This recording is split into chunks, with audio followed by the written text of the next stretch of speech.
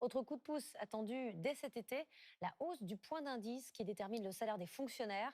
Il est quasiment gelé depuis 2010. Le gouvernement avait promis cette revalorisation. Quelle sera son ampleur? Question-réponse avec Sophie Lançon et Mathias Barrois. Fonctionnaires d'État, de collectivités, soignants, enseignants.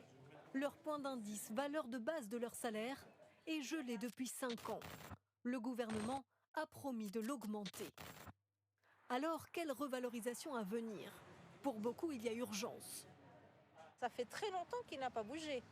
Et notre pouvoir d'achat, là, franchement, c'est très dur. C'est très dur. On travaille, mais on a l'impression que notre paye elle passe dans les factures et quand on déduit tout, il ne reste pas grand-chose pour manger et les loisirs, n'en parlons pas.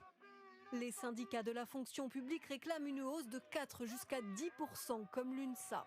En jeu, selon l'organisation, une perte d'attractivité pour de nombreux postes. Il suffit de regarder aujourd'hui les résultats des différents concours de recrutement qui ont lieu en ce moment. On s'aperçoit qu'il n'y a pas assez de candidats.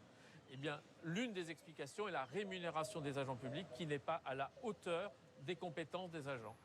Une augmentation qui aura un coût pour les finances publiques. Lequel?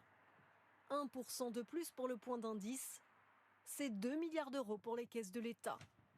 Pour 4%, la facture grimpe à 8 milliards.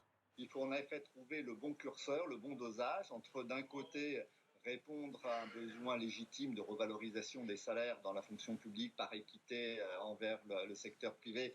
Et puis de l'autre côté, il faut avoir en tête que ça a un coût important pour les finances publiques, qu'on ne peut pas s'endetter indéfiniment. Quel calendrier pour cette hausse du point d'indice?